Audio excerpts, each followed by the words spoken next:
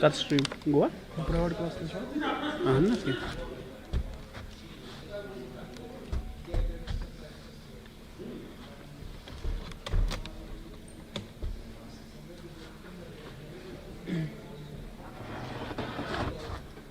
And करते पता and करूँ पता फिर नाइसर कथा था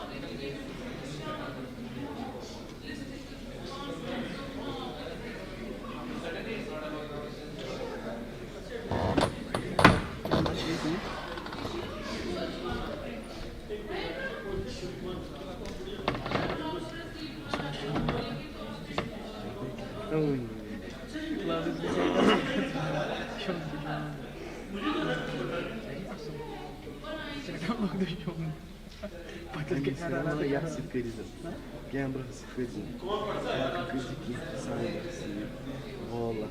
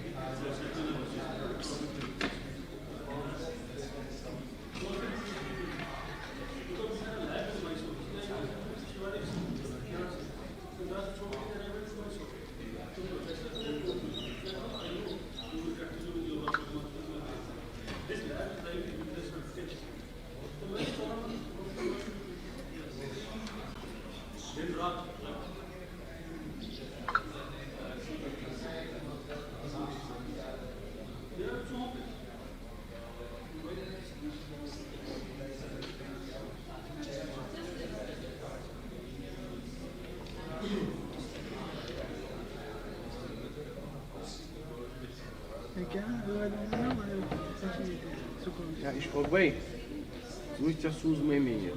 Bak bu da şeydi.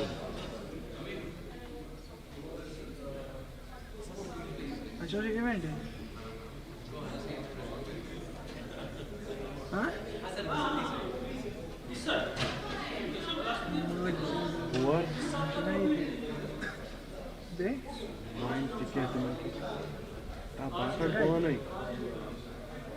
चला Mãe, क्या कराएगा तब वापस tem coisa beijando. क्या जो Hadi deli subhan, lan subhan iniyor. Ya agrebi nay beijim मैंने şimdi problemi kan bahak time pattin ya. Çınak diye kan fırım çamaga. क्या पर कुछ अपने की कुछ सवाल होता Sen onu kapat bakar acaba. हाँ कौन सा Bakaraymış kan fırım karabaymış. Biz daha bakalım. Też bana yağmurçu. Zakarını sobie wantmy haftu da shidiyor. Tuvayti. Tuvayti var mı saklı ha? I request everyone to please come inside hall as we are going to start our session.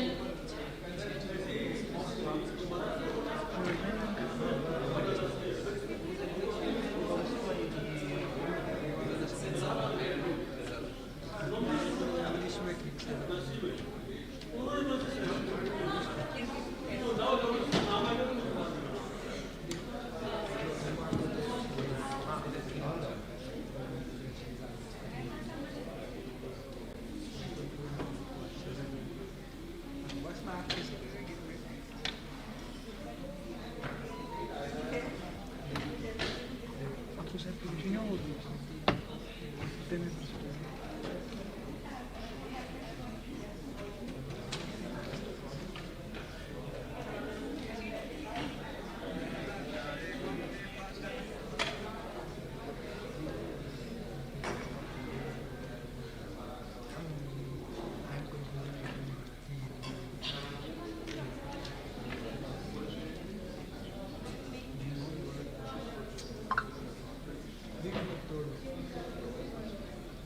Cancer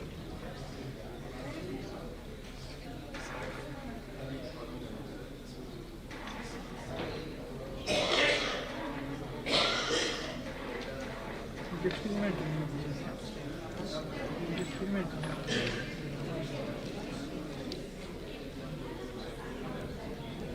I request everyone come inside hall.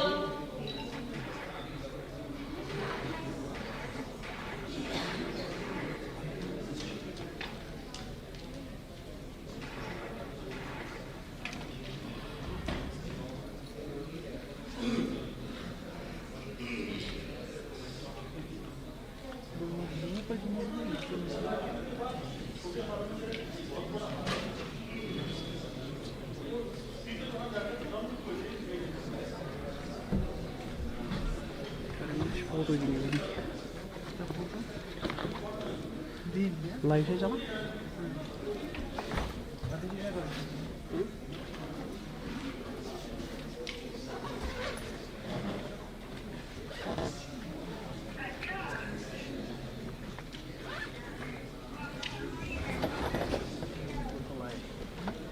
harus baik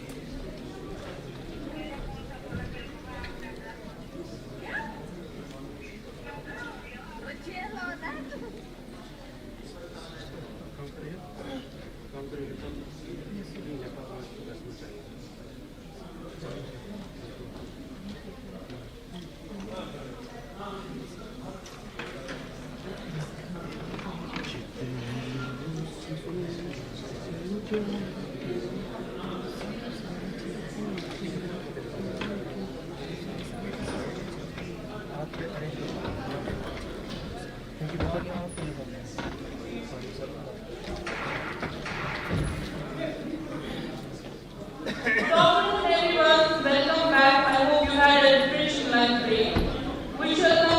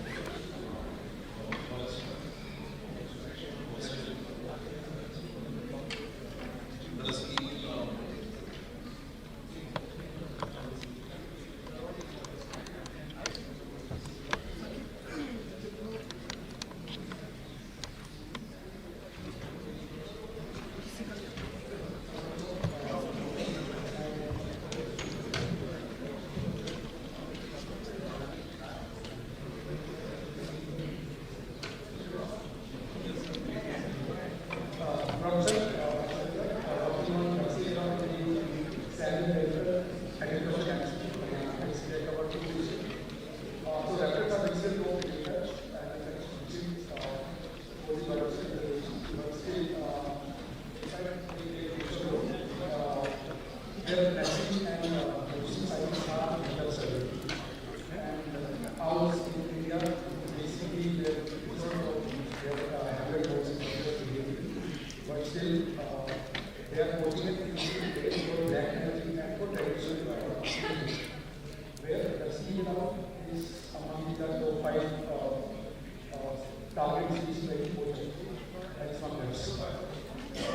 This is the landscape where I am working. So if you take the whole area of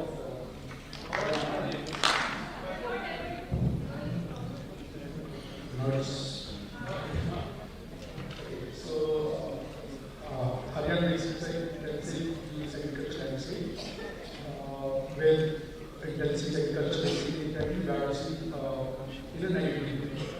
But over here, and also Haryana has the least forest cover among the Indian states, where it's hardly around 3.62%, and the total area which I for my study is around 3,500 square kilometer.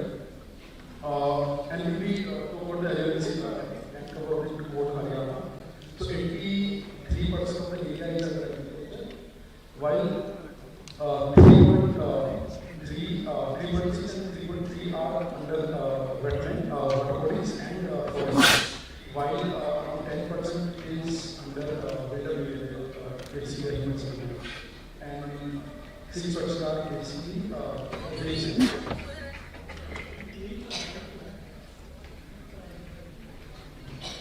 Okay, so methodology basically, so objective of my study is to see distribution and also the habitat security of the sea level landscape. So methodology basically I cover is line traffic method. So I use vehicle basically. So I use bikes and then ArcGIS and Google Earth. Then you those maps, data and then maximum habitat security.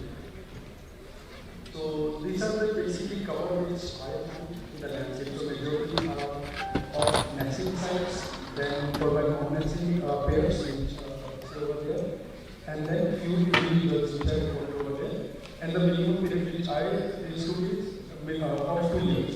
So that because they are territorial, so they stay in a location over the years. So in last 7 years, I found there are 70 nesting sites in the landscape.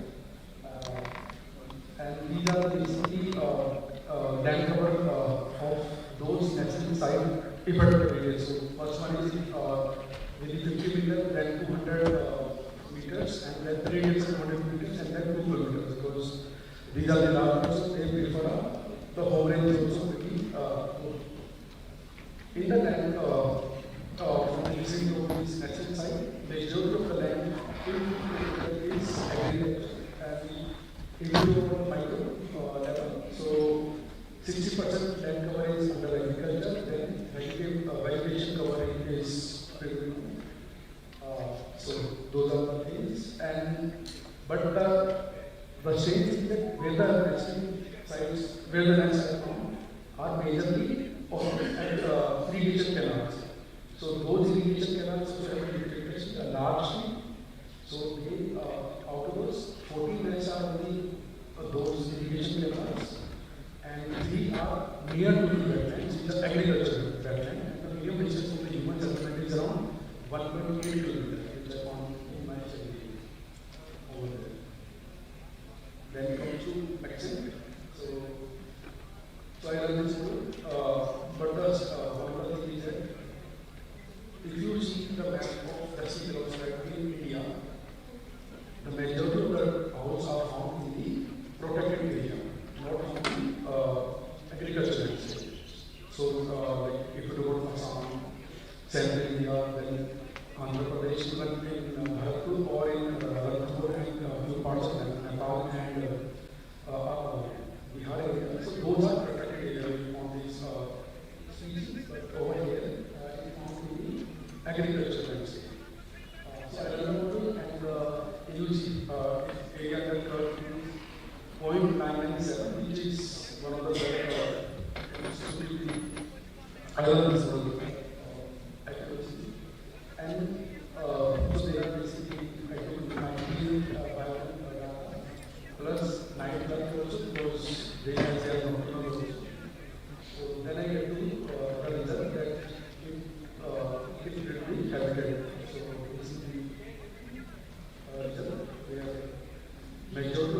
which I already covered, but so far there will be other district like Sonipal and few small patches in the Bhiwani area. But and the very high suitable area is around 400 square feet, and highly suitable is around 1,000 to 1,200 square feet of the whole area of the state. So the area of the state is around 44,212. So it is less than 1%, which is recognizing this species. And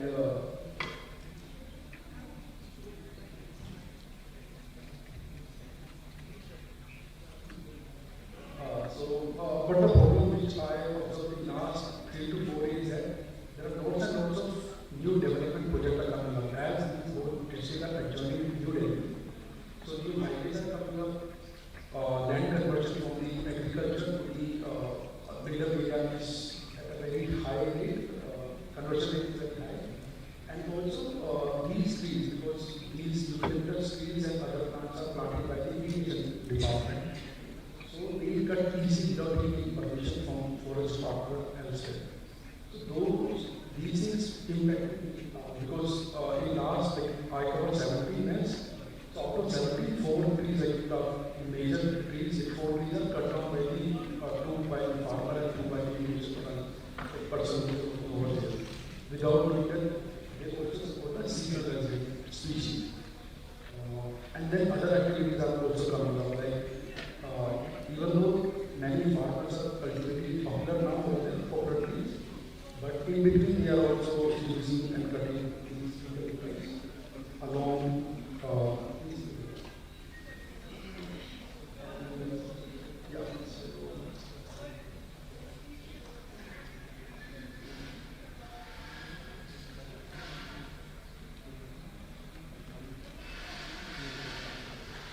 So that's it from my side.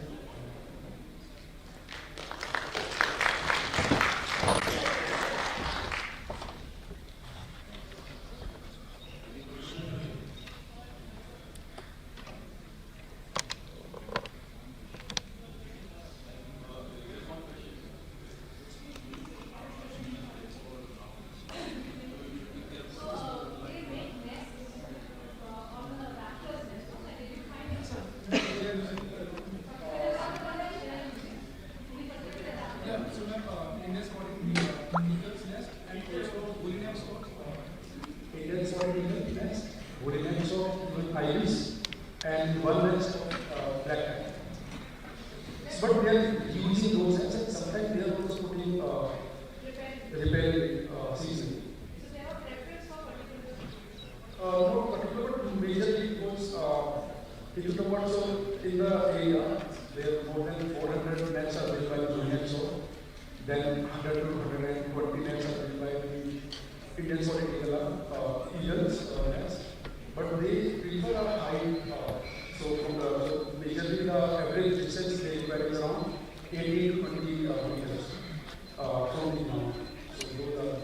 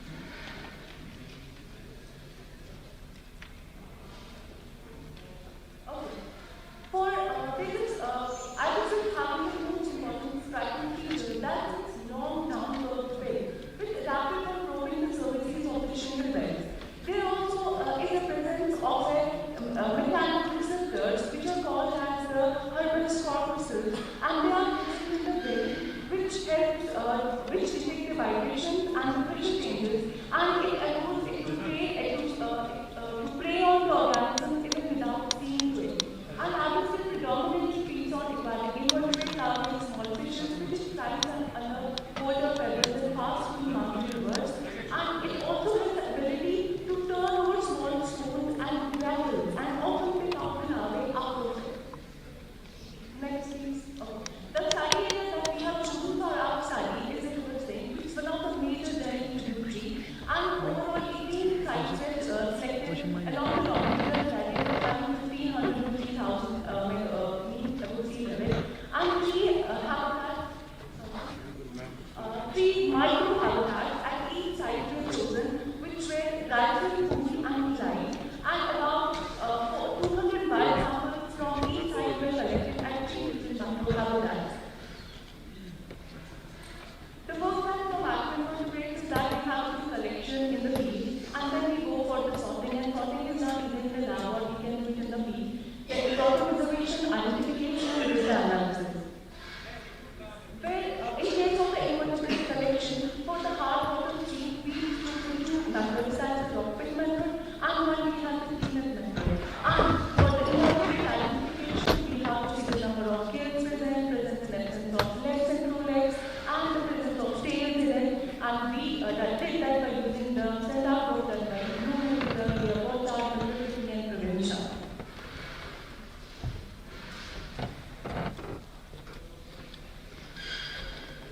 Next. For spirotic score, which marine biological scoring was used as its 10-point scoring system, which reflects the exact sensitivity of the data towards the pollution and stressors. The high data score indicates high sensitivity to stressors, and low scores indicate high tolerance levels to the stressors. And score for the 10 percent is given for 8 by 8 to 10, and bad with really bad condition 1, and that's we are having weighted scores of 3 for strong indicators and 5 for very strong indicators. Now, directly moving to the results and discussion. Next, please. Okay. A total number of 57 species were identified, which belong to the 4 phyla, 7 classes, 12 orders, and 27 families, in which insecta was dominated by 82%, in which again the Diptera was highest dominated and followed by Ephemeras and Trichoceras. We were able to have some pollution sensitive examples like A9, hydrocyclic pages, and phenols, and also the presence of pollution tolerant examples like Ornithopteria, Pudenia, snails, Gallus, Fulex, and total number of individuals that were collected from the site were about 3,838 across 18 different sites in 3 different microhabitats. Okay.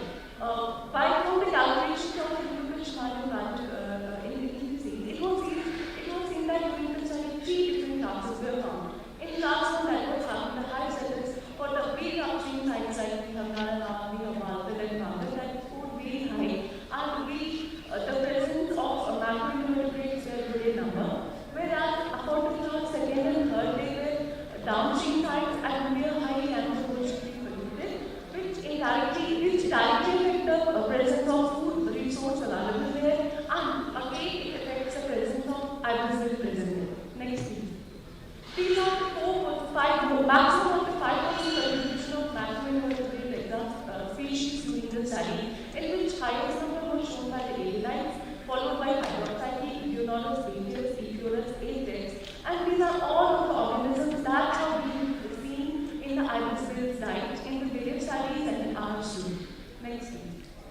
These are the redoubt plots which show the different diversities and the densities along the elevation and the different seasons, and it was shown that in both the case of density as well as diversity, the summer season and the spring season has the capability of having the highest number of individuals and diversity also, and that too at the sites which belong to the 1500 to 2000 mean sea level. Next, please. For the microhabitat, it was seen that rabbits have remarkable different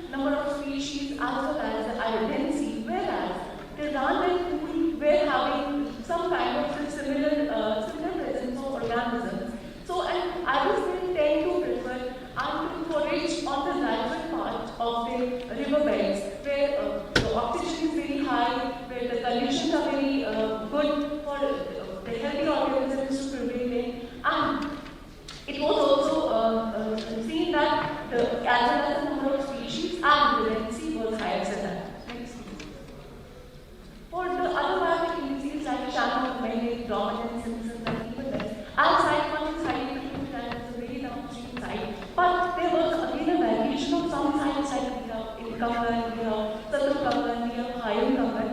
At that time, the sites were very much disturbed from the water extraction, sand extraction, and the water diversion. Because of that, the microinvertebrates were not present, and as well as the presence of ibisville was not found there, despite it being at the core soil. Next, please.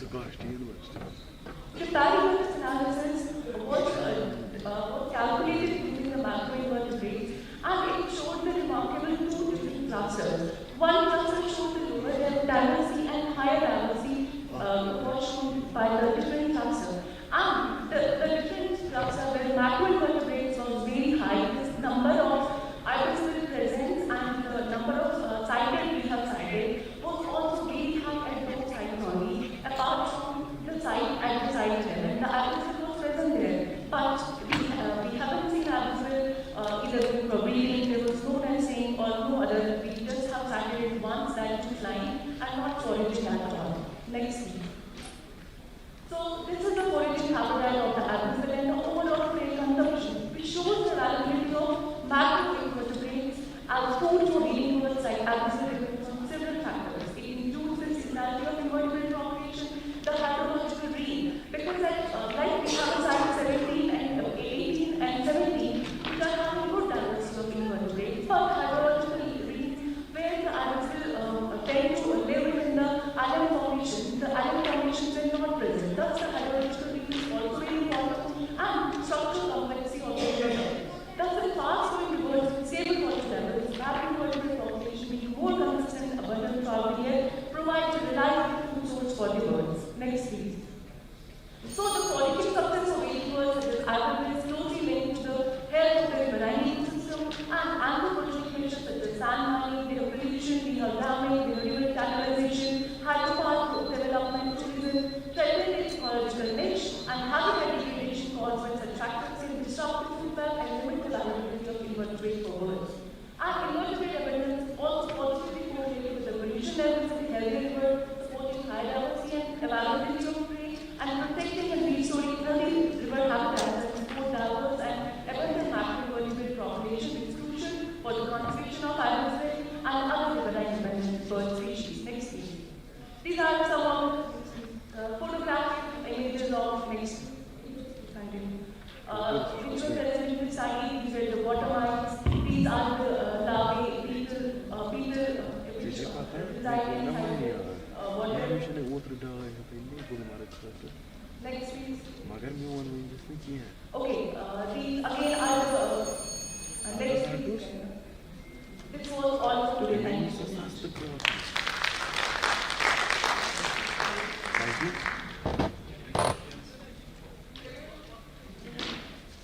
هذا قاعدين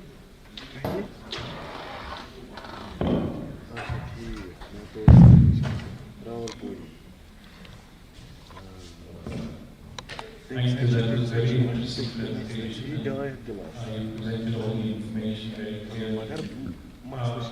When you're dealing with the species that are iconic as the are there other species of birds that are also using their habitat? All kinds of native birds use the habitats. Whereas we just focus on the habitats, otherwise any native bird, any kind of birds that are present in the habitat, they do have a macroinvertebrate as a food source. And did you study that No, for the other birds? No, we haven't taken any other bird. We were just focused for that as well. Would it make sense to look at the other birds, because then you're looking at the ecosystem and your recommendations could be far-reaching for You're conservation? absolutely right for that. Because ibisville is a bird that is having a nesting on the ground. So that is one of the important factors that we have had to choose only bird that's nesting on the ground. And we have had to look for the stream bed also, and that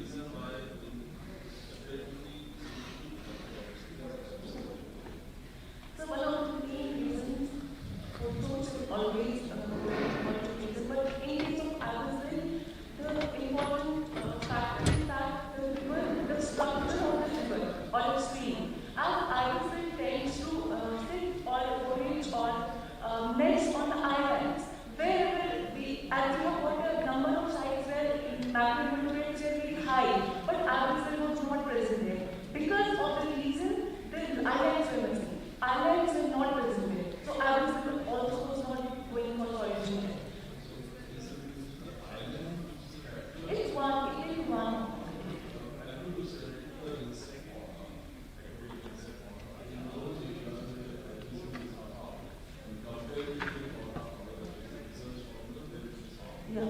Yes, sir. It's already shown there. If I would, yeah, we have read that because we have taken the whole stream stretch. We have not taken only patches. We have taken the whole same area and where atmosphere was present and even where it was absent. And it was shown clearly that where food resource was more, the presence of atmosphere was more. Thank you so much. It was actually to cover the different articular dynamics. Main reason was that. And the second reason was that to cover the whole stretch. We need to cover the whole stretch. Thank you so much.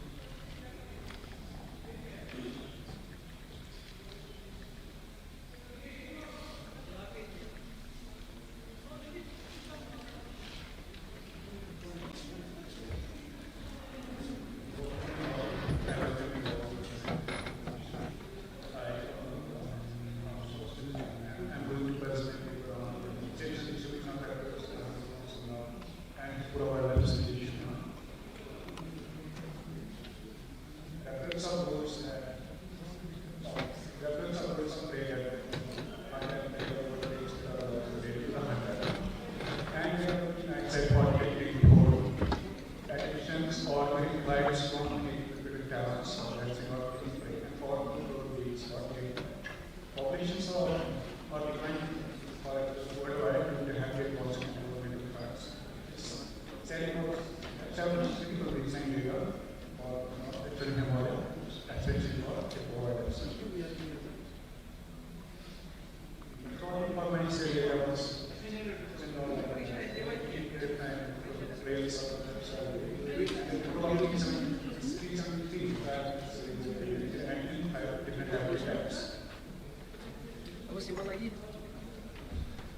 a total of 9 bird species have reported in this area, along with 2 families.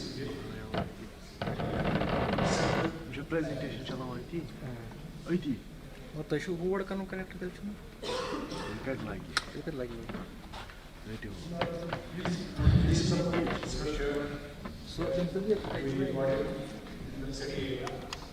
Most of the population, there are of species that were recorded in the city area this morning, and that is the order. During the autumn season, we recorded most of the sightings for all the species. If we see that the population spreading is highly significant season, volatility. Autumn was a control season, where on 42 sightings there were intensive and in central mind silver there is population it's pretty significant, it was significant. Season average association, that's its kindness. And we talk altitude, mainly found rapid species in order to come to the other periods. We identified that the altitudinal area is a particularly activity hub for rapid sightings in the steady area. Its altitude was majorly used by the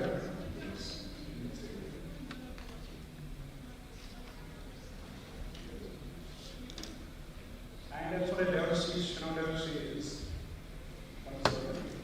We have a diversity index, or a diversity index, over in summer and in winter. And that's what a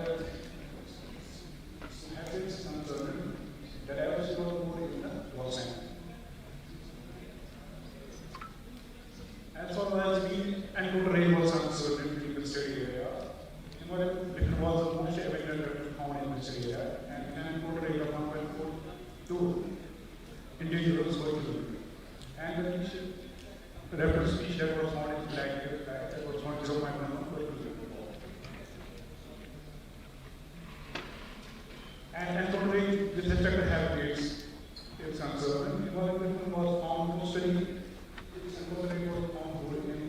Rocky these notes, why we use it mostly because every is Saturday because it is here and gives income where it makes sense and it's there. And as far as the legal evidence is concerned, one contributes the bigger role here as legal evidence of is 55% and the least evidence of formality.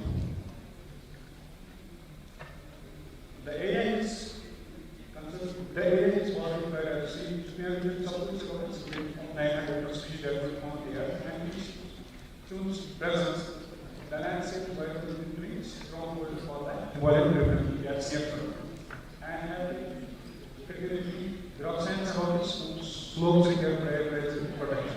And baseline for the baseline establishment state provides a systematic evidence of that distribution is our network not limited. Thank you.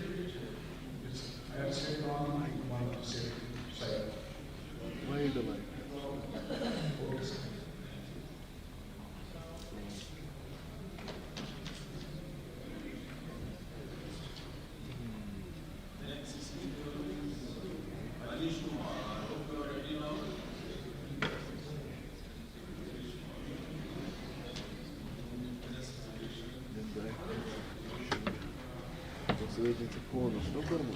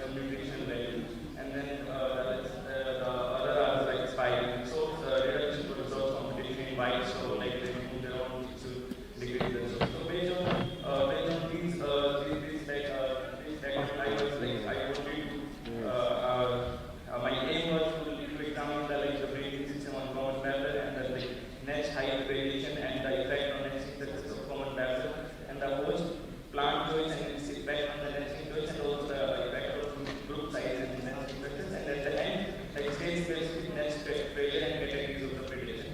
So this is my model from lab. It is cooperative breeder and it is not structure. There is no sexual dimorphism and its fruit size is from 3 to 30 and it is distributed from like Iran to all over like India and it's like desert shrubs. It is a like living desert shrubs area. This is my certified. You can see that it is mainly dominated by these desert shrubs and trees. And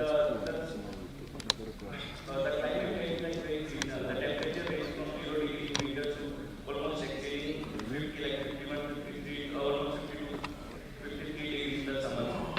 You can see that the same site in different seasons. Like here in the before the monsoon, it's like very dry habitat, and after the monsoon, it becomes very so the climate is very so my methodology is followed like I work in the district of Haryana. I search for the nest systematic like several ideas and identified active nest, and I install the GoPro to monitor the nest from dawn to dusk to like see like who are the like the parents, like the helpers who come to the nest and the possible predators that act if the nest get predated. And then like also when we analyze the videos and around the nest if there are some signs of like other predators and then the nest success percentage and the egg predation. So like before going to further we should know like what are the different strategies which the like common travelers the others like they choose to like increase their nesting success. So environmental corrections like ecologically they can like select the nest site section. You can see like me installing the GoPro in the nest. You can see the very thorny and very concealed inside this occasionally because species have like thorns around like 3 to 4 centimeters long. So it's very concealed. And there also you can see the second nest height. Like they can make like the nest at the height of 11 to 12 feet so that they can like they can stop the predator like the potential predator to reach to attack. And then these are some of the behaviors like the anti-predator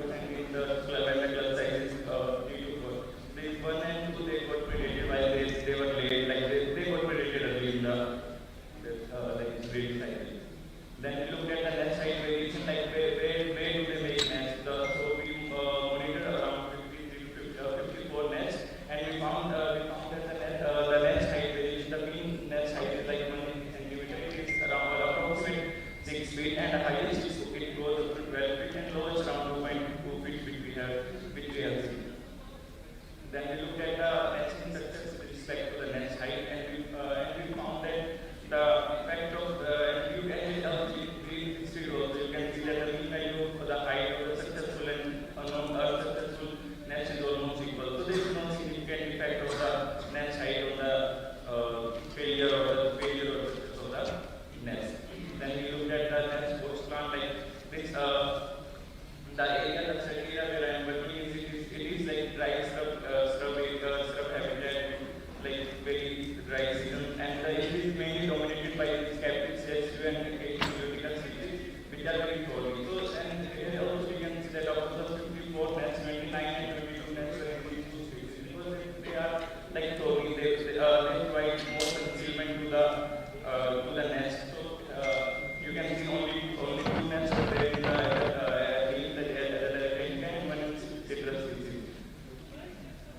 and also the success also you can see it's almost like 40% was success in Asian and 21% in captives because they provide more concealment to the nest. Then I look at the effect of group size and nest success. Here also the mean group size of both successful and successful nests is overlapping. So we can say from here we can say that the difference the group size does not have significant effect. Yeah, so then overall nesting success, we saw that out of 53 nests, 10 nests were only successful, that is 19.2%.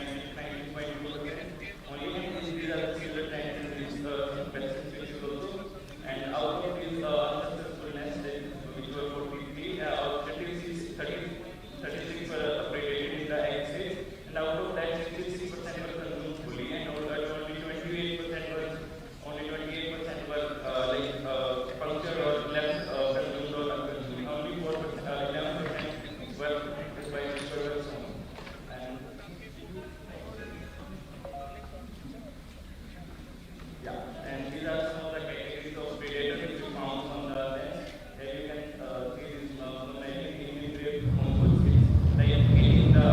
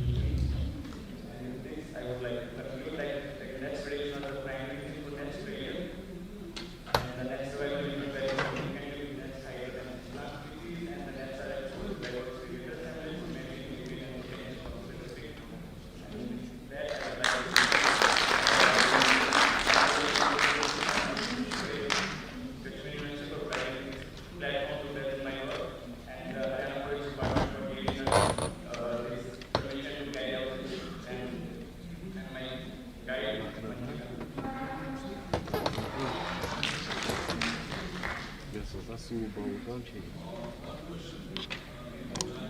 I'm not so so bad Yeah, like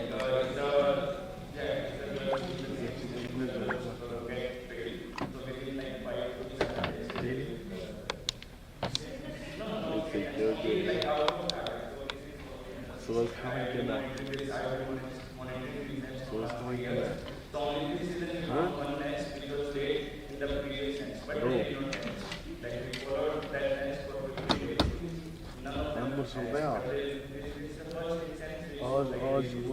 Hasbal आज में laptop तो bill में देती cash मैं road में रहा खरीदार उस बिल में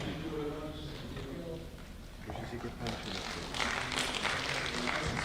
SKUAST-Kashmir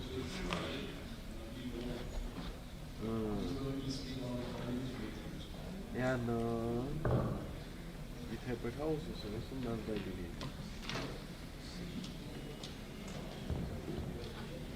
no TMC que é isso, mano? Como é que TMC estão pagando? Não calma, The strategy organize, dear participants. Assalamualaikum and a very good afternoon all of you. I am Avian, research scholar from the Department of Zoology, University of Kashmir. Today I am going to present my work on habitat preference and community pursuit threats to the wild restoration into protected areas of the North Himalaya. Quer jogar? मैं आपको दौर उस वक्त पाई बका बुस्सी को करता हूँ भाई हर काम को Creation is an area to indicate the species of the Himalayan ecosystems. It inhabits almost all the habitat types having dense undergrowth of shrubs. So far, 9 subspecies of the creation have been described globally, out of which 4 subspecies occur in India, and in our Jammu and Kashmir, only 1 subspecies that is a white precipitation is present. Regarding the species, it has been categorized as a least concern that implies population trend, and on 21st October 2021 was designated as a duty board of Jammu and Kashmir. मैं मकली side point My study has comprised of 2 adjacent wildlife sanctuaries, that is the river wildlife sanctuary and the Spura wildlife sanctuary. Both are situated along the northern bank of river Jhelum in district Baramulla. The areas here represent typical temperate Himalayan ecosystems with altitude ranging from 1500 to 2500. The total one of the sanctuaries include common leopard, marco, black bear, Himalayan coral, and some of the key iconic birds include conserved crab, cheetah pigeon, besides the white restoration. This is the location map of the study area, showing the wildlife sanctuaries and upper Kashmir. Te large and slow. These are the different habitat types that were identified in the study area, such as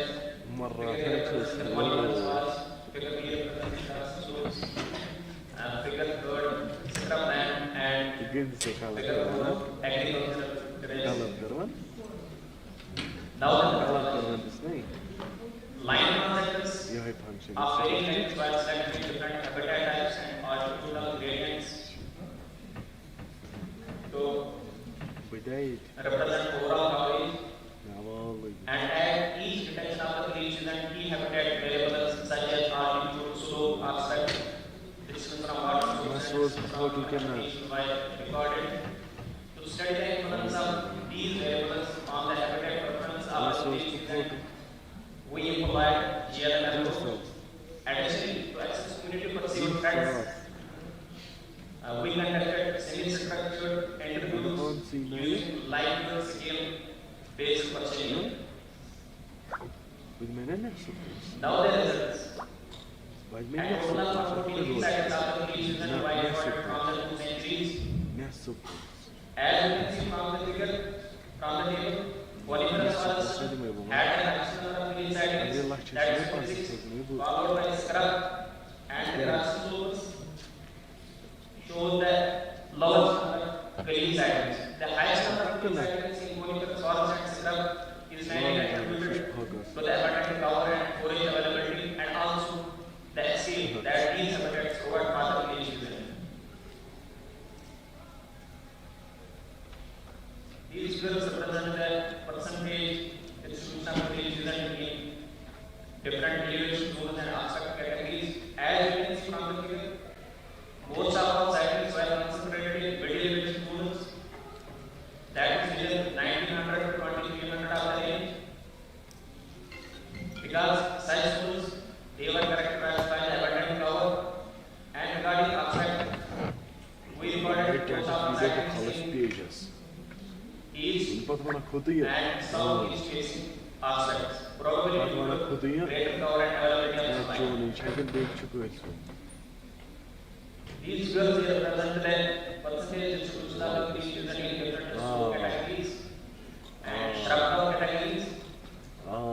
Regarding slope, most of the sightings were concentrated in a moderate slope that is 20 to 80 of the slope. And as far as the shrub cover is concerned, we recorded most of the sightings in a dense shrub cover category. That is 50 to 75% of the shrub cover. This is the summarized result of the generalized clustering model. Of the total 9 habitat variables that were chosen for the GNM, only 4 variables were detected in the Western border, and out of these 4 variables, only 3 variables, that is shrub cover, which is from human habitation, and altitude, they showed a significant effect. That is, they showed a significant influence on the habitat preference of the village season. This is the Pearson's correlation matrix showing relationship between different predictor variables. Now the second part of the study, community perceived threats. We recorded 5 major threats from the centuries. Number of habitat degradation, hunting, livestock grazing, mushroom collection, and forest fires. These are the 5 major threats that were identified from the century. And out of these, habitat degradation and illegal hunting, they were rated as the most severe threats to the village season. Whereas livestock grazing and mushroom collection, they were considered as moderate threats. And the last forest fires, since they are seasonally, and at a particular time of the year, people considered as those that for the village season. These are some of the photographs from the field showing various threats such as timber collection, forest fires, and the figure C represents a nylon sphere that were caught during our field surveys. It was placed along the commonly used trail of village season, and number 4 is the livestock grazing in the prime habitat of the village season. This is the mean likelihood scale values of these 5 major threats. As you can see from the table, habitat degradation and illegal hunting, they were rated as a severe threats, whereas livestock grazing and mushroom collection, they were rated as moderate threats. Although mushroom collection occurs only during a particular season, but that season coincides with the breeding season of the village season, so taking a toll on its breeding success. This is the box plot illustrating the severe scores of the 5 major threats. And this is the chord diagram showing the distribution and overlay of major threats across the 2 centuries. As you can see, in both the centuries, habitat degradation was rated as severe threat, followed by hunting, livestock grazing, mushroom collection, and lastly, forest fires. Based on our findings, we recommend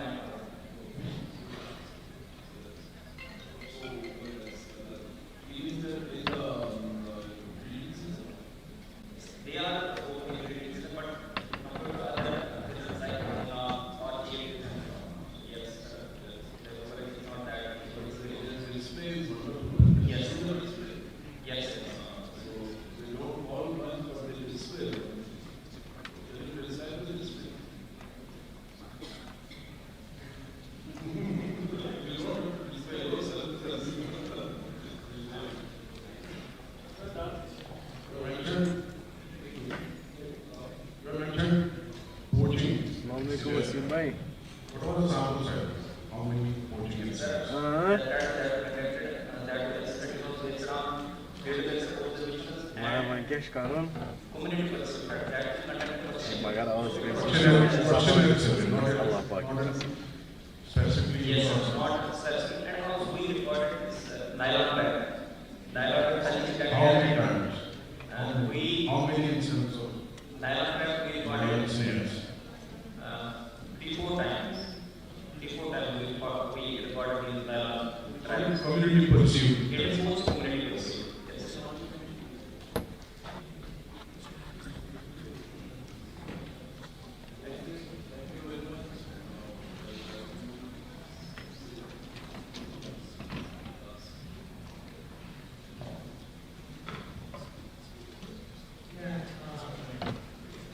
All the presentations attending this session were good, and two were in time and two were incomplete. But I was very impressed by some speakers who are nicely implemented as well. And some presentations were having really good content and exciting results, which were impressive. And thank all the speakers for their nice presentation.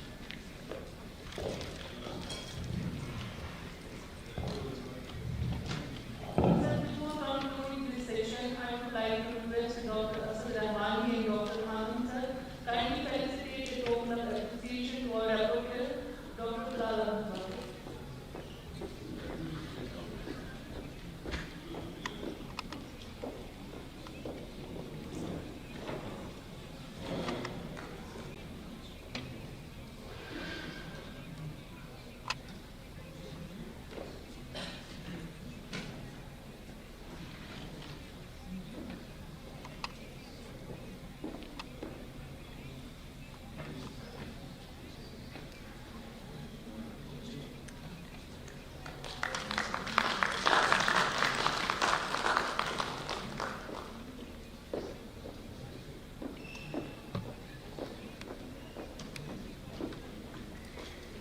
And this we come to close of the session one. For the course of this session, we had the privilege to listening of some of the finest minds in ornithology and conservation biology. We sincerely thank our co-chairperson, Dr. Anand Dixit, Dr. Chairperson, Dr. Asad Rahmani, and the rapporteur of the session, Dr. Bilal Ahmed Bhatt, for guiding the session so effectively. A heartfelt thanks to all the distinguished speakers, presenters, and the participants for making this session highly enriching and intellectually stimulating. We will now move to the next segment of this program. Ladies and gentlemen, kindly stay with us for another engaging and insightful session ahead. Have a 5 minutes break and then we'll start the next session.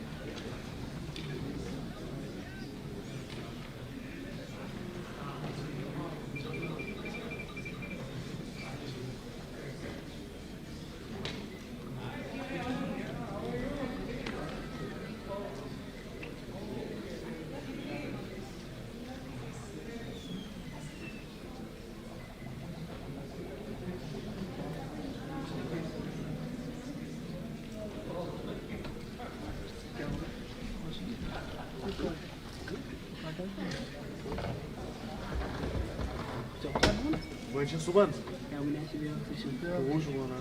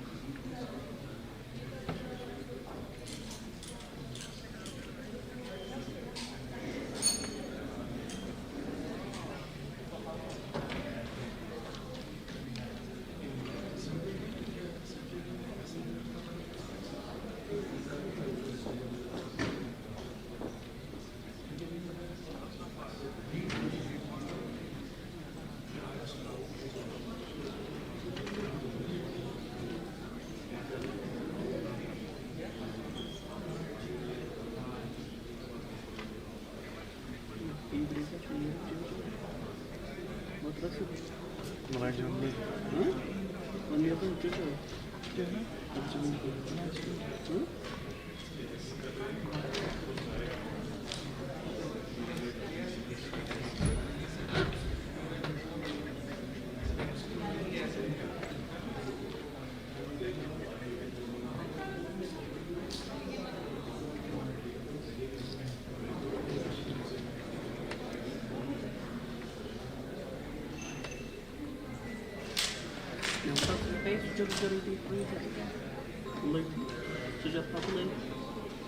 वो चोरी लाई थी laptop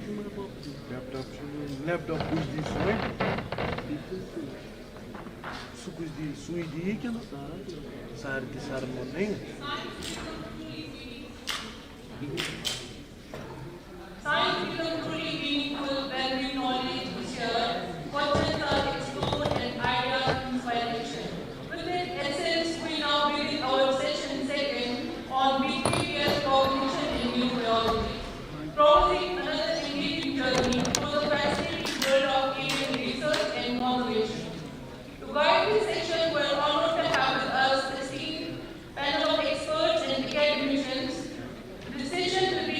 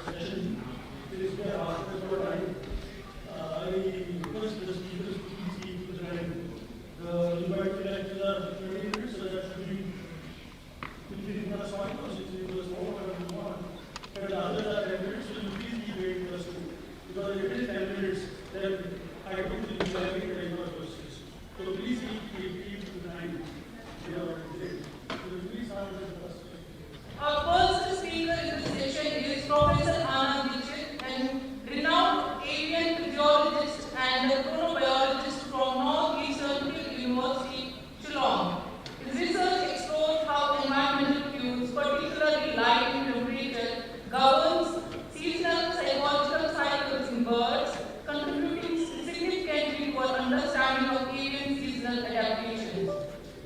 Today, Professor Anand will speak on photoperiodic regulation of seasonal cycles and their modulations by temperature in the tree sparrow passers. May I request Professor Dixit to kindly address the gathering.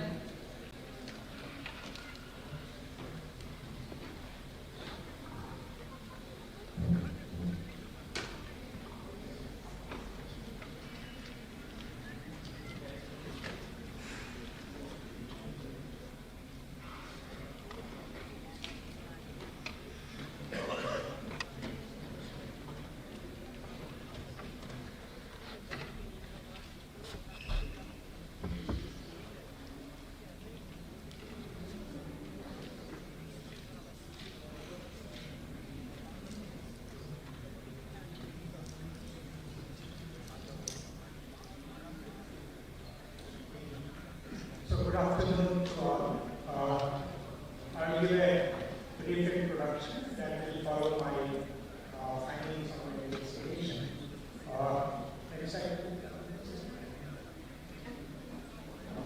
Seasonality represented by initiation, termination, and reinitiation of physiological processes is a necessary adaptation for survival in many species. It involves the generation of seasonal rhythms to induction and termination of physiological processes, ensuring reproduction and associated events to occur at most appropriate time of the year when environmental resources are maximally available and the chances for survival of young and parents are maximum. Birds, like other vertebrates, show remarkable seasonality in several functions like food intake, body fattening, record growth, daylight movements, color, migration, growth, and so on. Now, why breed seasonally? Birds breed seasonally to exploit environmental conditions such as supply of preferred food, optimal temperature condition, availability of acidic material, absence of predators, because all these promote survival value. Fitness is seasonal environment is all about the time.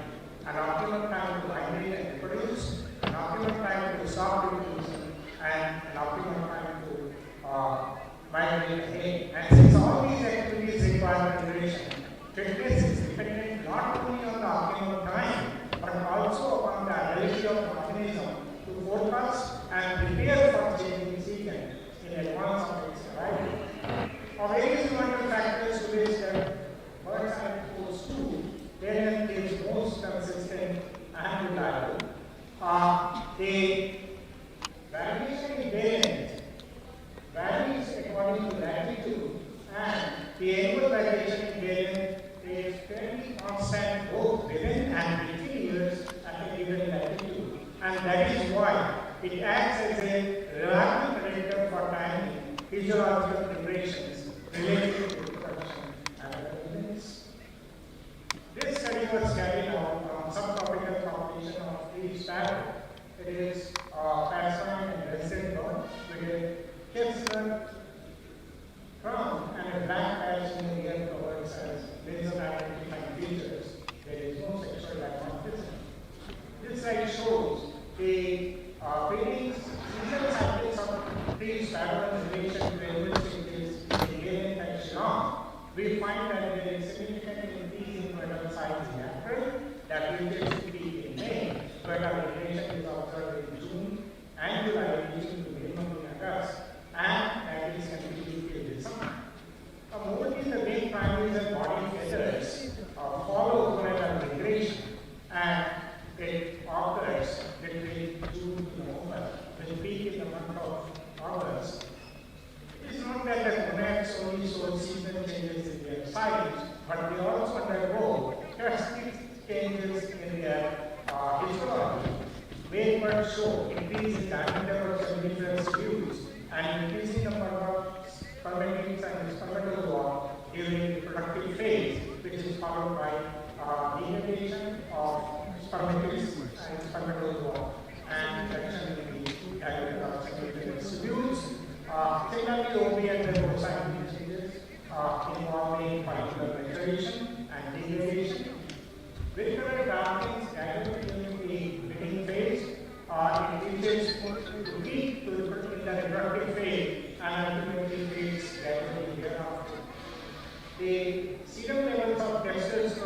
the SKUAST-Kashmir beta fluctuate parallel to increase and decrease in random cycles.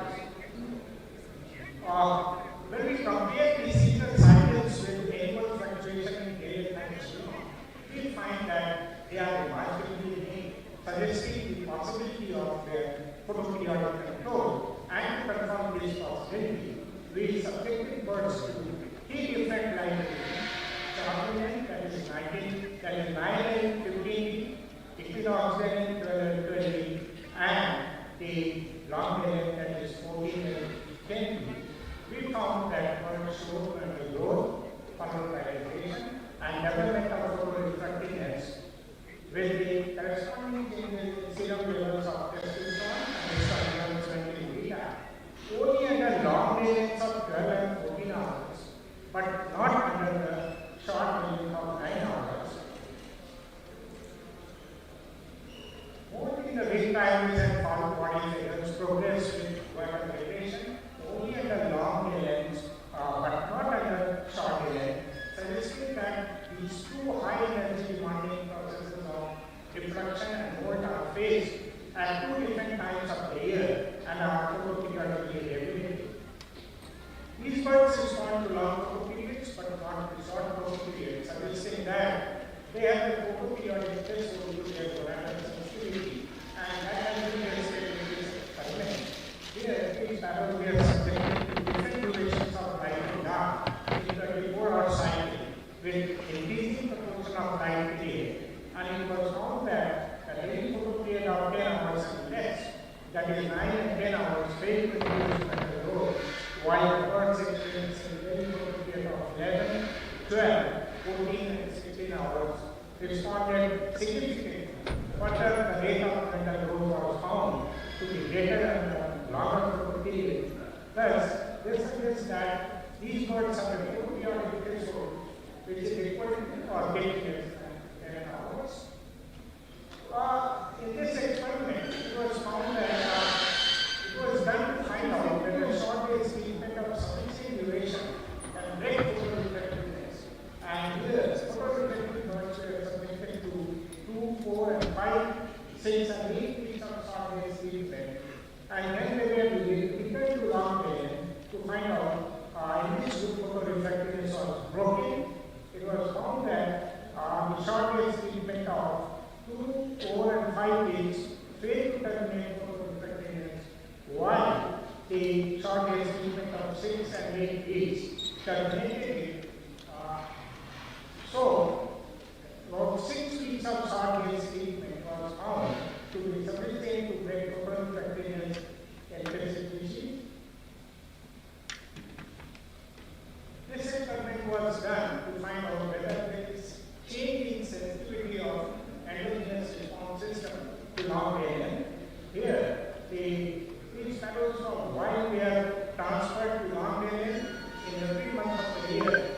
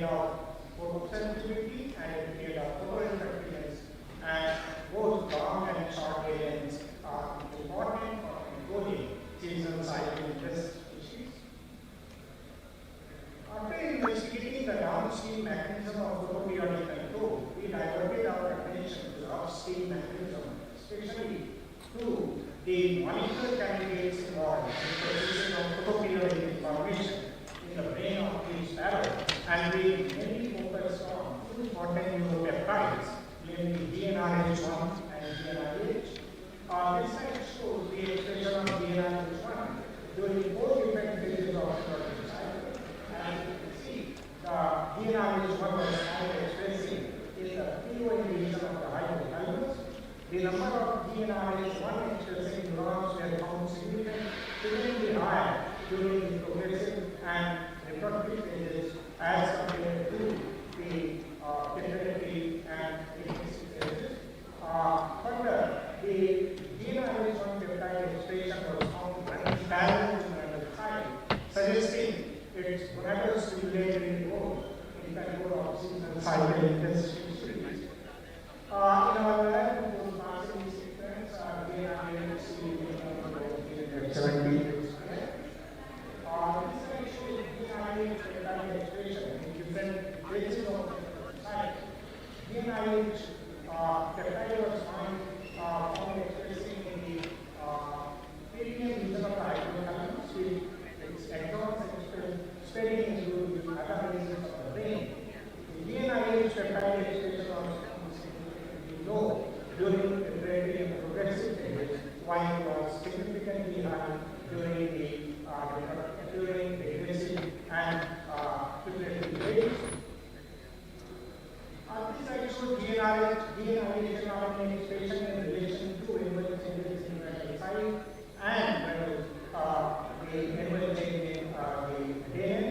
It was found that DNRH mRNA was maintained significantly low during the period of gonadal growth in response to increasing the rate of spring and summer. The sharp increase in DNRH mRNA was noticed with gonadal division, and thereafter a high level was maintained throughout the period in twisted. A negative correlation was found between mRNA and gonadal size, suggesting its gonadal immunity role in control of seasonal cycles in this bird. This slide shows photoperiodic expression of DNRH1 under long and short alien, but showed significant increase followed by decrease in the expression of these peptides only under long alien, while the birds maintained under short alien showed low level of expression. Suggesting that DNRH1 is photoperiodically expressed in the species, and this slide shows the expression of DNRH mRNA and peptide during long and short alien in relation to the cycle. We find that the DNRH mRNA peptide level is maintained high during the period of and throughout their exposure to short alien, while there was sharp decline in DNRH mRNA with an increase in gonadal size, and the level was maintained low throughout the period, whereas increase in DNRH mRNA was noticed with gonadal degradation, and under long alien have been found to have same level of DNRH mRNA as found in the short alien. In the second round, we were interested to find out whether seasonal and photoperiodic expression of TSH-beta, DIO2 and DIO3, the genes which have been reported in the molecular mechanism for processing of photoperiodic information in the brain, and we have found that the bird shows significant seasonal cycles of mRNA expression of DNRH1, DIO2, DIO3, and the DNRH1. Both the sexes have, to a great extent, similar pattern of expression of these mRNAs. The birds showed significant elevation in DNRH1, TSH-beta, and DIO2 during the breeding phase, while in contrast, DIO3 was found elevated during the non-breeding phase, suggesting gonadal stimulatory role of TSH-beta, DIO2, and DNRH1, while the DIO3 is possibly more in Correlation analysis was done, TSS beta was found positively correlated with the IO2, TSS beta and GNRH. One was negatively correlated with the IO2. The IO2 and the IO3 were found negatively correlated, while positive correlation was found and this slide shows prokaryotic expression of these genes. The TSS beta, the IO2, and GNRH1 were found showing increase and decrease in expression only at the long tail, while in the low level 2 of their exposure to short tail, suggesting prokaryotic expression of these genes. In contrast, the DIO3 was expressed significantly in the short tail, while it was significantly low in the long tail. So summarizing the whole thing, we find that during the green season in the long tail, TSS beta, DIO2 is upregulated, DIO3 is downregulated. As a result, the GNRH is downregulated. As a result, GNRH1 is increased. That affects the hypothalamus to secrete GNRH1 is upregulated. That acts on P2P to secrete proteins that act on gonads or metal growth and affect endocrine to secrete metal steroids that bring about reproductive behavior. While in non-mating season, in short growth period, the GNRH is down because of DIO3 is up and TSS beta, DIO3 they are down, GNRH is up. The low level of GNRH1 causes low level of neurotoxins from producing that brings about metal regulation, and low level of metal steroids are caused by addition of reproductive behavior. And finally, we became interested to know whether temperature can modulate prokaryotic T-cell responses in this regime. And in this experiment, birds were subject to 3 different temperature conditions under both long and short alien.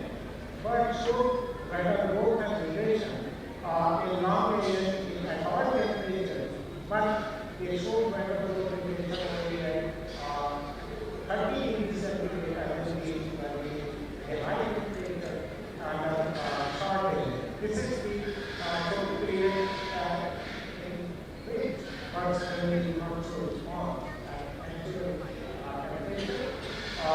The bill color changes were found to be the same as it was found in the parental side. Mold was complete at the highest temperature of 30 degrees centigrade, but it was incomplete at the lower temperature of 70 degrees centigrade. These results suggest that temperature modulates photoperiodic responses in this species. The occurrence of metal growth bill color changes and mold in this model. The short alien suggests the existence of glycolytic photoperiodic system in this species and the possibility of always in response to the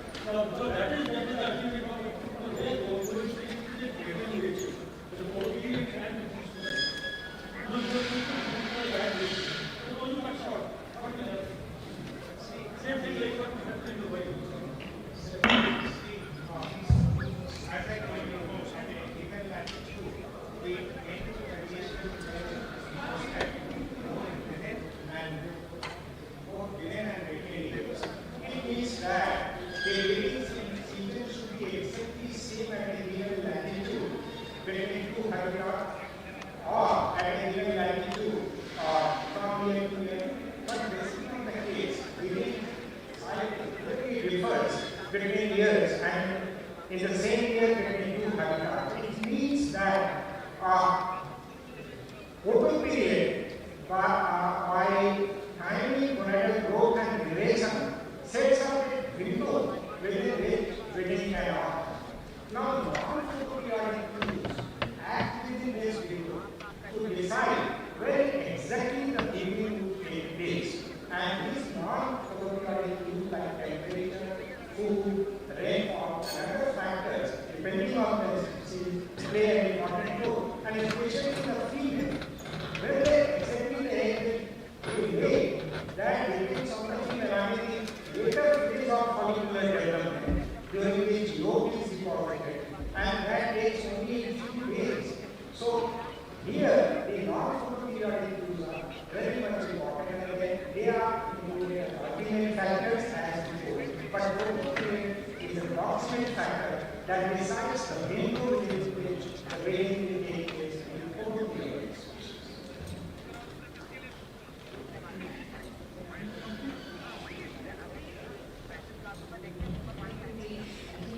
It also tells us about what we are doing. And for example, artificial light, unless we understand these things.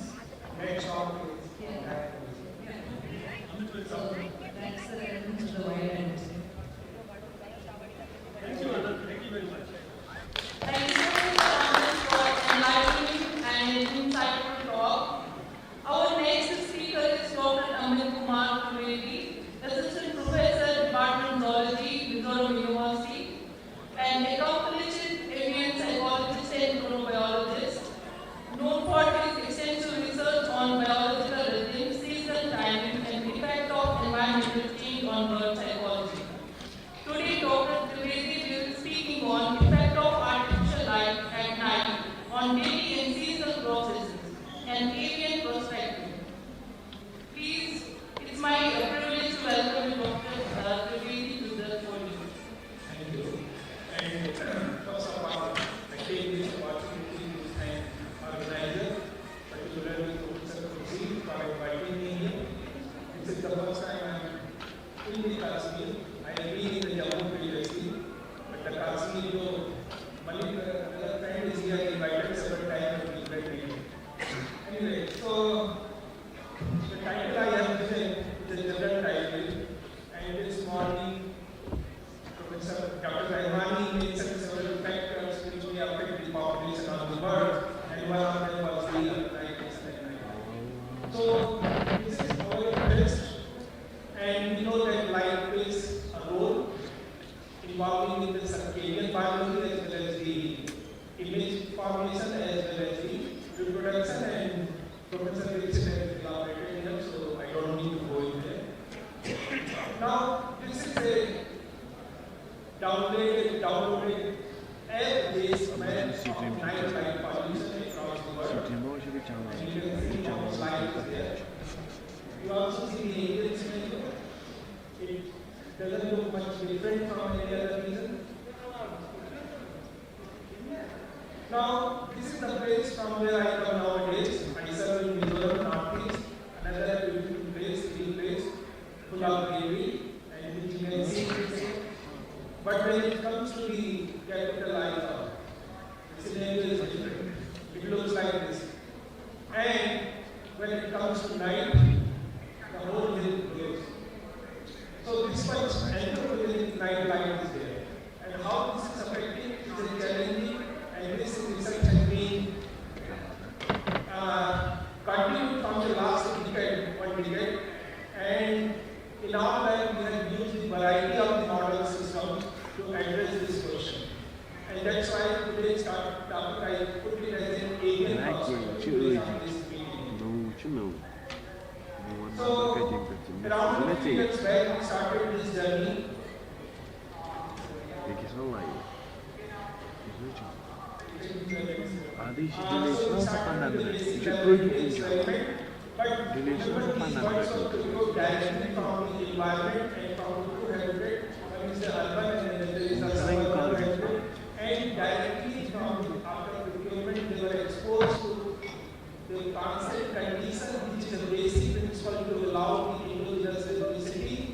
and can calculate different properties based on the activity rest pattern. We did it, we found no difference in the activity count, total activity rest, as well as the free running period of the two populations which were inhabiting rural parts of our population. Second, another important endogenous marker are known. Melatonin we measured at different time points, and here importantly what we see here that there is a delay in the onset of the melatonin, or we put it in different words that there is a faster or earlier onset of the melatonin secretion in the rural world compared to the urban world. So urban world is showing delay in melatonin, and melatonin is a very important hormone which both determines the circadian physiology of the pathway. Then we look to the clock biology, we look several other clock parameters which generates the timing mechanism, and we look at the different centers in the brain like pineal, retina, hypothalamus. I don't want to go into so much data. The message is important, and the message says that there is a difference in the expression pattern of these four clock genes as well as the melatonin pathway dependent transcript, which all suggest that the whole interpretation of timing is different between the two populations. Then again we look at how they are reproductive physiology is happening in the wild in the two populations, and again we see there is no difference in the peak reproduction, but there is a phasing between the onset of the gonadal reproduction, which could have a long-term implication because of the once these chicks are hatched, they are also dependent on the nutritional sources. So the onset of timing of reproduction is different. That could lead to the success, impact on the successful of the breeding in terms of the raising the chicks. Then we measured another hormonal and the molecular markers, and we clear that there is a difference. These parameters suggesting that what we are seeing at the pathological level that has been also reflected at the molecular level. Okay. Then, because most of these studies we see for the artificial light mostly have been used in long-term exposure, like 4 weeks, 6 weeks, 8 weeks. So we decided to have a short-term duration experiment where the exposure is of very brief time. In the sense of the 2-week timing. Unlike the 4 weeks, 6 weeks, 8 week timing. And then what we see here is body mass, plasma cholesterol, plasma glyceride level, plasma glucose level, plasma testosterone level did not differ, but there is a slight difference in the gonadal size in terms of the volume, even after the 2 weeks of exposure to daylight. And that corresponds with the reproductive markers in the hypothalamic transcript like beta, DI, RFDI, and IRF. So it means even the brief exposure of the timing is also affecting, influencing the initiation of the reproductive cycles. And then we also test these things into the other parameters like the strategic markers in the gonads, then metabolic markers in the liver, alternate transcript expression like the BCA cycle, and so on and so forth, and there is some impact on those properties. So altogether, this is brief experiment suggests that if you have a lower exposure in terms of the duration, it also influences physiology. Now, in recent past couple of years, we have also been interested that what exactly is happening in terms of their gut microbiome. So what we did, we separated these birds from different locations, so I did 4 times of the year, and we analyzed their gut microbiome. Again, no need to worry about all the details here. What we need to focus on the colors and the length of the bar, and what you can clearly see here that the colors and the length of the bar is changing across the season, suggesting that the dominant phyla of this gut microbiome are also varying seasonally. This is also reflected from the phylum to the species level. We have the other in between the classification groups out there. No need to go on to this purpose. This shows how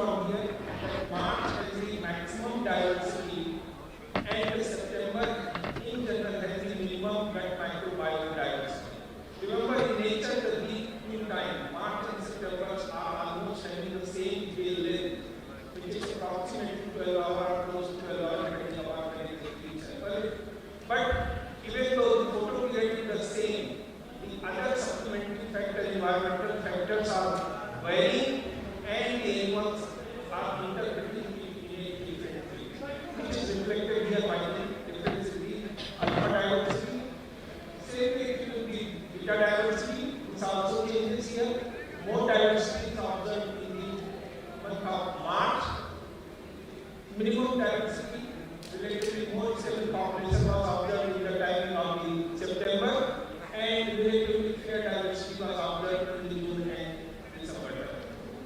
And again, no need to go to read all these things. Again, just need to focus on the color of the bar and the season. And what you can see there different during the different seasons, there is a different dominant phyla into these but alien population. And again, if you do this F by B ratio, which is a kind of indicator of the health and how the machinery is utilized within the body, like metabolic machinery. It also indicates here by this box plot. And then what you can see here that F by B ratio is the highest in the month of December, while it is lower in the other time of the year. Then we were also interested to look at metabolites, because what we are checking over previously was the gut microbiome diversity. Now we also look at these metabolites. We did this and again, no need to read all these things. Just focus the color of the graph and the two sides, urban and rural side, and what you can see that the color is varying, which clearly indicating that their plasma metabolites levels are also varying across the rural and urban population. Here, what we did that we compared 3 times overall treatment, and what you can see there are 22 commonly expressed metabolites, 15 exclusively expressed urban metabolites, while the around 18 are present in the rural population. Then we also looked at the differences, and again, no need to go for the all graphs because it's complicated data here, which is more useful for the publication purposes. But the message is clear that some of these metabolites are exclusively different between urban and rural population at certain time of the year, but many of these are changing overall in different seasons. Okay, this is the outside the liver data, but no need to go in here, so you can accept that part. And again, then another one we selected from the detailed study. It doesn't mean that we do not have the data from the 3 months outside we are analyzing, but this part of the data can be more or less all analyzed June time, and what you can see here that and this is actually was the metabolites. And what you can see that 1417 proteins are commonly expressed, 583 are exclusively expressed in the rural population, while 2349 are exclusively expressed in the urban population. So what you can see here, there is a clear-cut differences in the proteins into the expression between the urban and rural population. Again, this shows the differences at the primary level, class level, inner level, and species level, and clearly suggesting that these populations are different across the rural and urban groups. Again, alpha and beta diversity, if we check, we clear-cut see the differences in the alpha diversity in all the analysis which we studied. If we look at the beta diversity, what you can see there are 3 clusters here, and if you see that 2 clusters out of 3 samples are clearly distinct, which are separated, rural and urban, but because the 2 samples, other 2 samples clustered together from the rural and urban population, and therefore statistically there is no difference, but we also need to be cautious with sample size because of the limitation of physical issues is only 5. So if you have a larger sample size, you may have a slightly different result, but indication. Again, next part also shows that the dominated populations are totally different between the 2 populations. So we look at the ratio, and if we again look the metabolites from this rural versus urban from the month of June, what we see there are differently expressed metabolites in the blood of this. So here what we try to make a summary of what they are doing altogether, how they are influencing each other, how the bacterial communities from the urban population is influencing the key metabolites, and what are the key metabolites upregulated or downregulated, and what are the physiological interventions or interpretation problems. So, but all these short, brief and short message is that this urban population, which is clearly affected by the habitat, and night life is the one factor, but it is not only the factor, there are other environmental factors which may also influence these findings. This is my research group, and thank you for the continuation. I hope I will finish in time. Thank you. So, if you have a question, I will try to answer. Yes.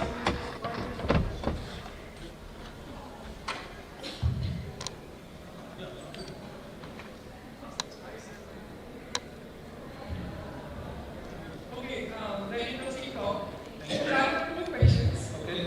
So, this is not to the night life, but where you were showing probably the 16x RNA sequence data, I think, for the microbiome. You said that March and September shows the difference in the fire, in the diversity. In the alpha diversity, In the diversity, but also in the composition as well, which I believe is largely because what the birds are feeding in different seasons, not for any other factor, because that affects directly the gut microbiome, right? yeah, so to counter this, that's why the first slide which I have shown you across the season. Yeah. And I already said that across the season is varying, and what we understand and what we believe, it's not only the night life, it's food, it's temperature, it's bird, but it's also physiological I conditions. see the graph where it shows between rural and urban populations activity. That was not very clear. And the second part where you also show the other 16x RNA data where you're showing June data only. Yes.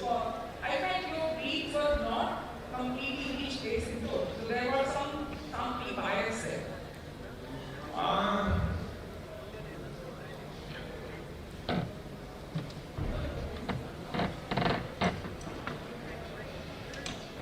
Yeah, I think most of them are stable except one, because most of them have achieved it. Yeah.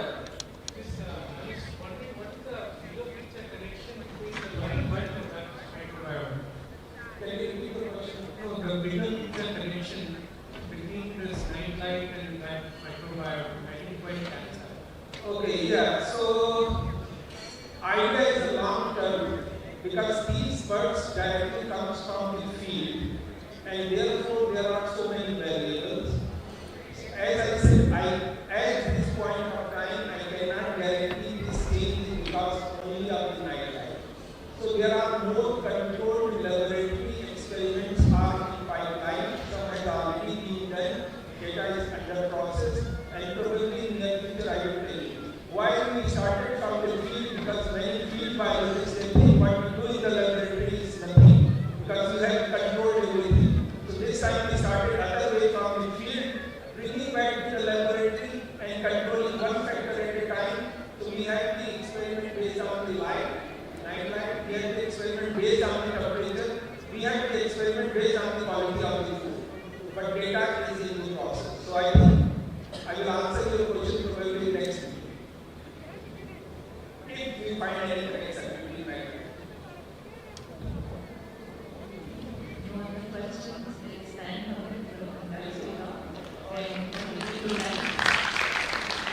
So this was indeed an thought-provoking talk. I request Dr. Mriwa Singh sir and felicitate all speakers. Professor Trivedi.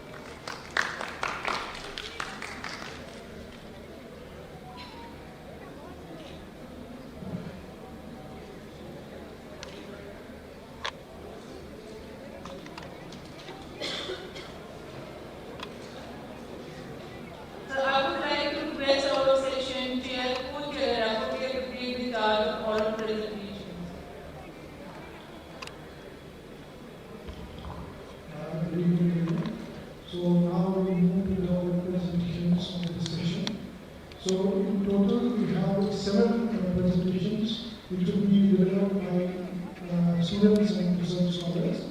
So without wasting much time, I would like to call on our first speaker, that is Vaishali SP. She will be talking on comparative analysis of stress responses and anti-predator behavior in wild-caught and captive rosy varieties.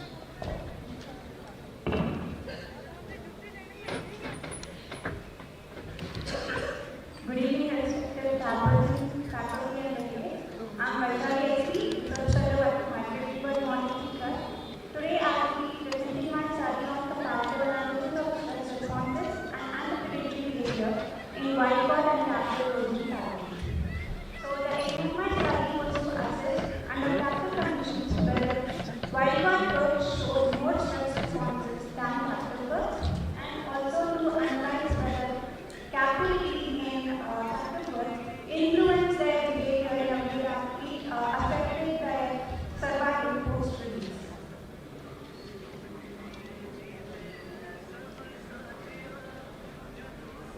So the routine party, as we all know, they are mobile, urban and semi-urban habitats, and as well as in the captive environments, due to captivity and predatory, despite it being illegal.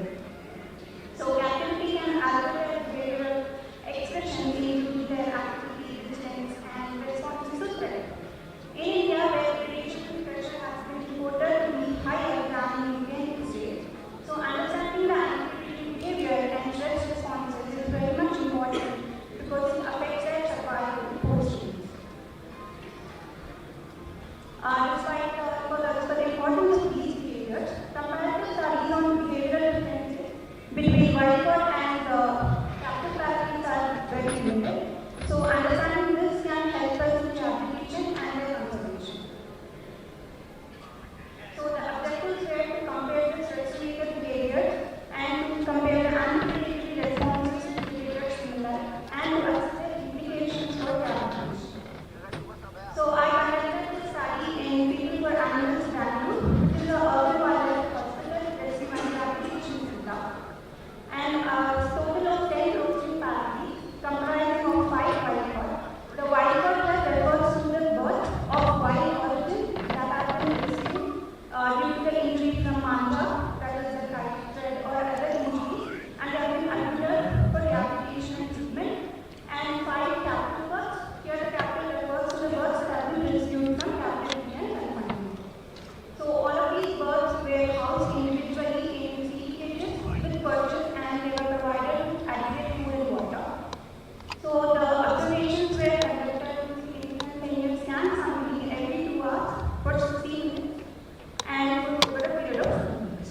So the predator test was conducted with 3 different live predator stimuli in accordance with controlled conditions and as well as ethical conditions, and they were exposed for 60 seconds at a distance of 1 meter, and the statistical test conducted by a student test, and the p-value should be less than 0.05 for it to be statistically significant. So the birds were housed separately as I mentioned, and the observations set up were maintained uniformly for both the groups in order to minimize the environmental variation.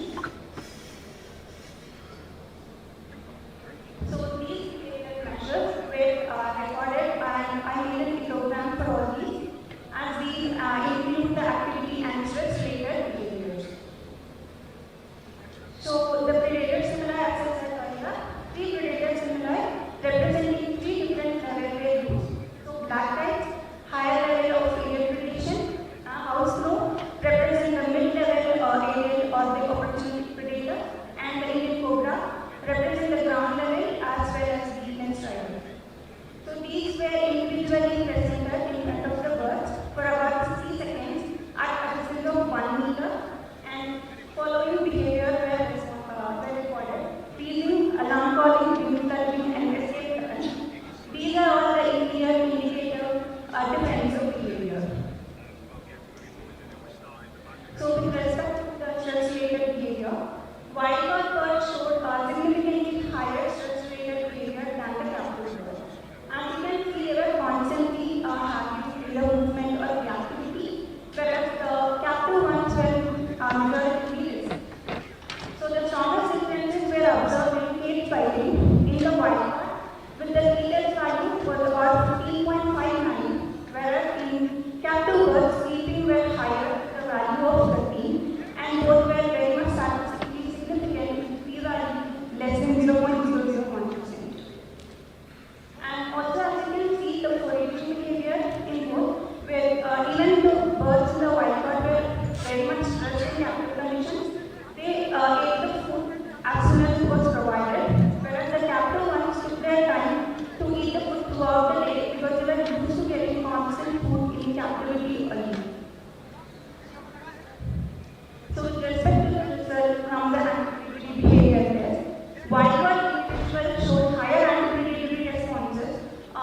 maybe possibly due to their prior exposure to the predators in the wild, whereas the captive one showed very minimal response, possibly due to not having enough exposure to the predator because of their captive conditions.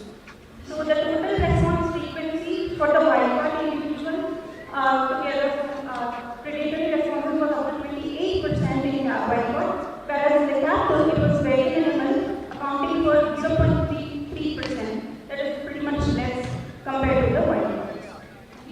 So this shows that there is substantially reduced predator behavior in the captive ones.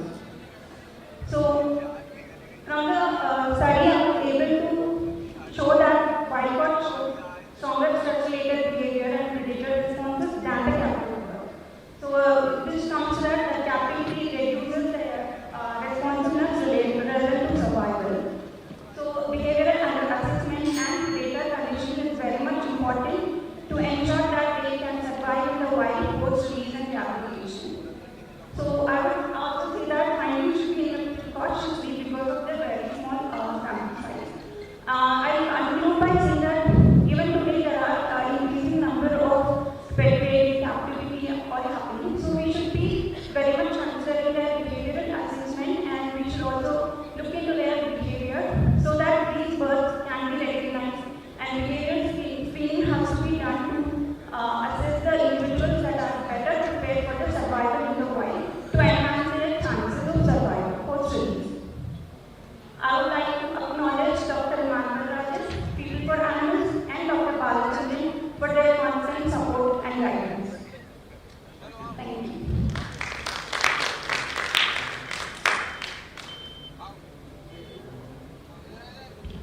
Thank you, Ishan. So we have one question, time for one question.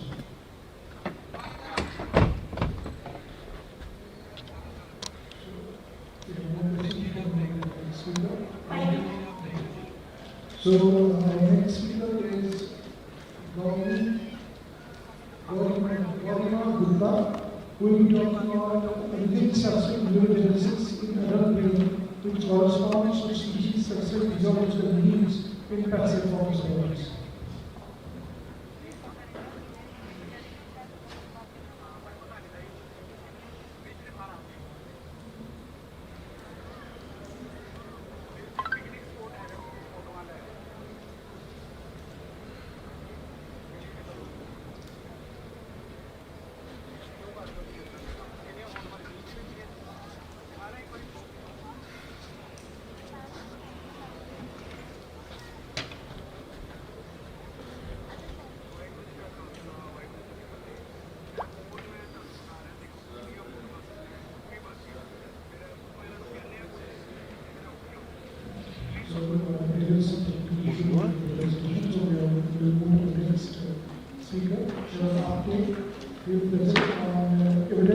Evidence for opening vocal learning.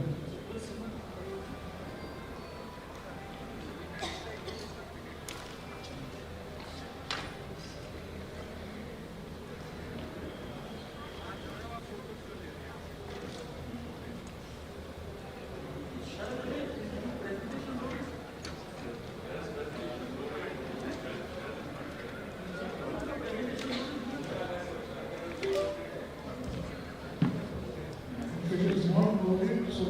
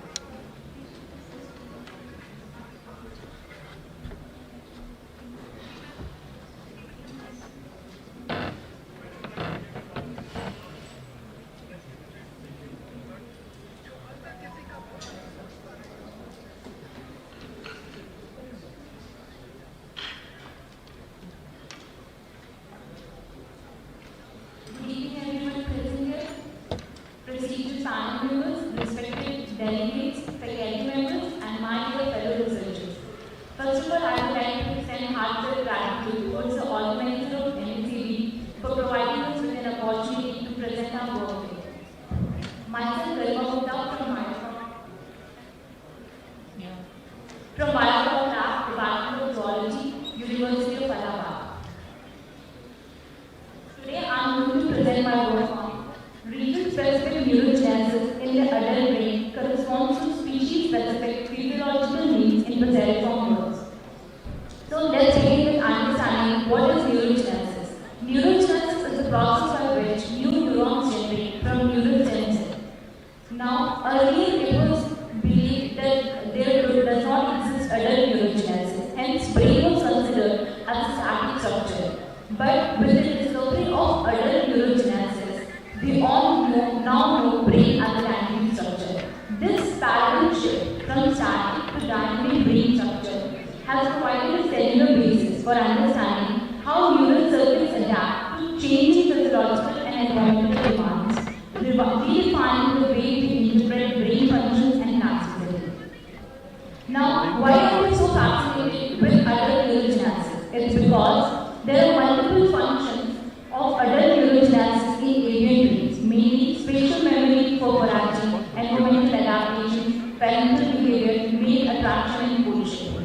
Now, seasonal changes, especially variation in photoperiods, strongly influences avian brain plasticity by modulating hippocampal neurogenesis, hormonal regulation, and song system plasticity. Structural plasticity in bird is a powerful example of how the adult brain remains dynamic and responsive to environmental demands, and such plasticity supports survival strategies like migration, breeding, and spatial navigation. Now, since neurogenesis is involved in cognition and learning processes, we hypothesize that structural plasticity of adult avian brain can be region-specific and highly adaptive functionally to meet various neurophysiological demands. To test our hypothesis, our primary aim was to measure neurogenesis in two different avian species with different pathologies. Moving on to the methodology of the study, we took two different avian species, namely Ambrita bruniceps and Plotius philipinus, and then exposed them to short photoperiod and long photoperiod.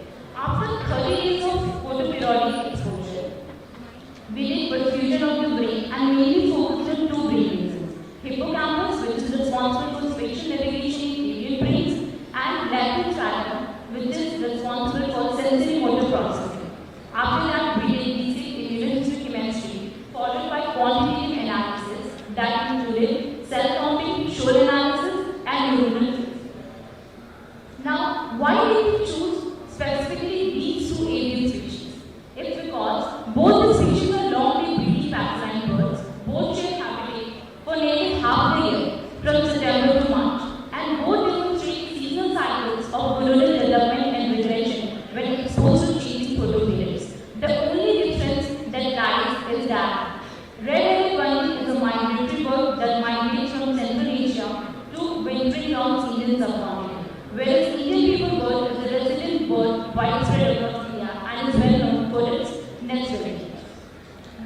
We measured physiological parameters such as body weight using digital balance. Fat deposition was scored visually by palpitations of the circular region, where 0 indicated no visible fat and 5 indicated very heavy fat deposition. Testis volume was measured using formula 4/3 pi square.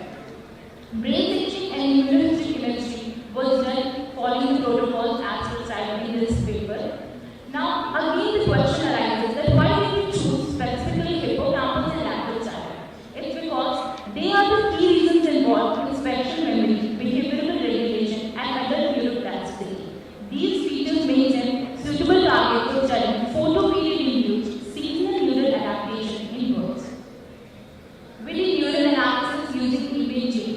In this, we did cell count to measure neural plasticity, shoal analysis to measure dendrite branching complexity, and neurite tracing to study neurite architecture. Let's see what the data reveals. So, physiological analysis revealed significant increase in the body weight, fat stock, and testis volume of Ambrita bruniceps, whereas no significant difference was observed in Plotius philipinus.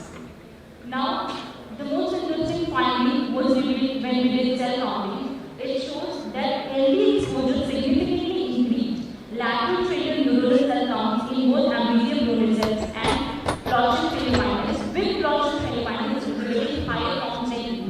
In the hippocampus, EB showed higher cell counts under healthy conditions, whereas PP exhibited lower counts under both healthy and healthy conditions. Moving on to shoal analysis. Shoal analysis of the hippocampus demonstrated a progressive reduction in dendritic intersections with increasing radial distance from the soma in both EB and EB.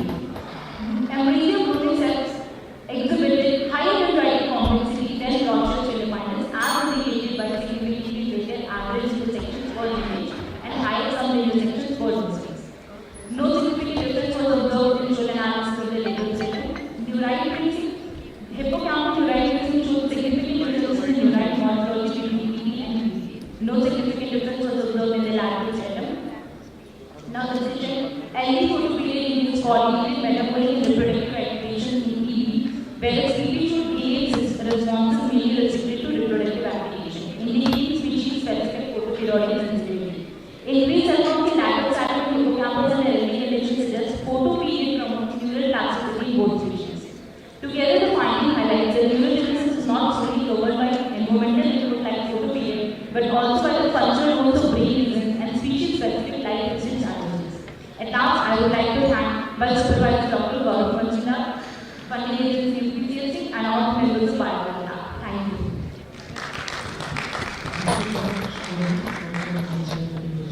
We have time for one quick question. After that, we will have 5 minutes break. But before that, if there is some other question, we can one quick question. Okay. So now we will break for tea. Just a very short break, 5 minutes. So please enjoy it.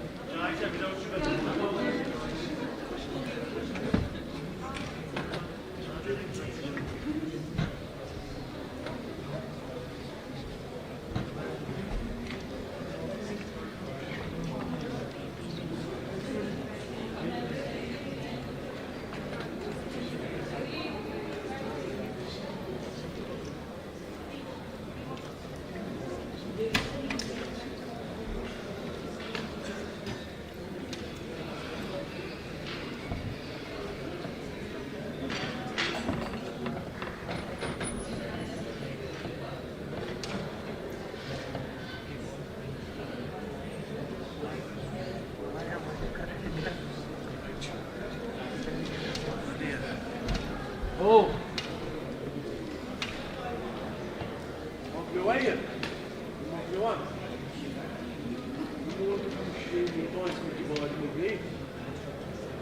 وقد اشتغل يرجع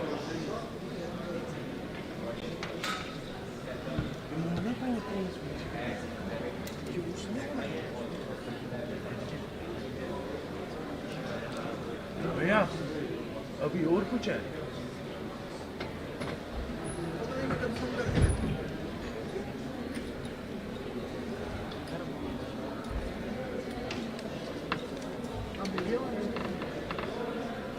live करते हैं